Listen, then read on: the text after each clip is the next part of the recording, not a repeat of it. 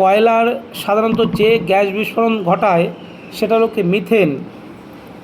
আতশবাজিতে সবুজ শিখা উৎপন্ন হয় কারণ কি? বেরিয়াম থাকার জন্য। নিচের কোন আকৃতির লোহা থাকে না? ক্যাসিটারেট। সৌরশক্তি রূপান্তরের জন্য প্রয়োজনীয় উপাদান হলো কি? সিলিকন। নিচের কোনটি সবচেয়ে হালকা ধাতু? লিথিয়াম। অ্যালুমিনিয়ামের সবচেয়ে গুরুত্বপূর্ণ আকরিক হলো কি? বক্সাইট।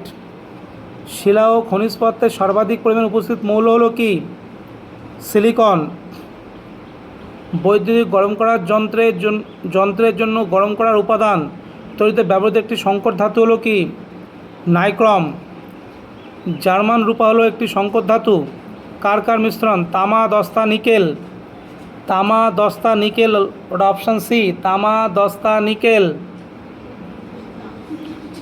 হীরা হলো একটি অ্যালোট্রপিক রূপ। কিসের? কার্বন। নিচের কোনটি বিদ্যুতের সর্বোত্তম পরিবাহী? সমুদ্রের জল। আগুন নেভাতে ব্যবহৃত গ্যাস হলো কি? Carbon die oxide. নিচের কোন কাজে সিলিকন কার্বাইড ব্যবহার করা হয়? কঠিন পদার্থ কাটা। সকল অ্যাসিডের সাধারণ মৌল হলো কি? হাইড্রোজেন। সকল অ্যাসিডের সাধারণ মৌল হলো কি? হাইড্রোজেন। গোবর গ্যাসে প্রধানত কি থাকে? মিথেন। সবচেয়ে ভ্যালুয়েবল বা নমনীয় ধাতু? সোনা। ম্যালিয়েবল মানে নমনীয়।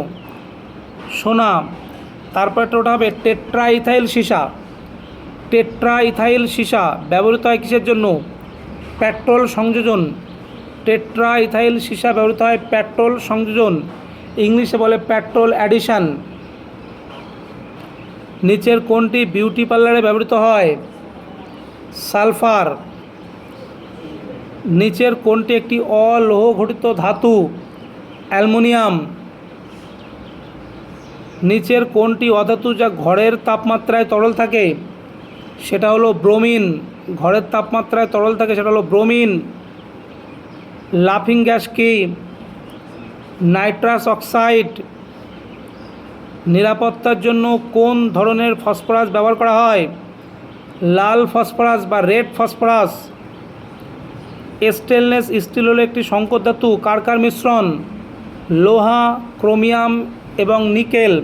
এটা হলো স্টেনলেস স্টিল।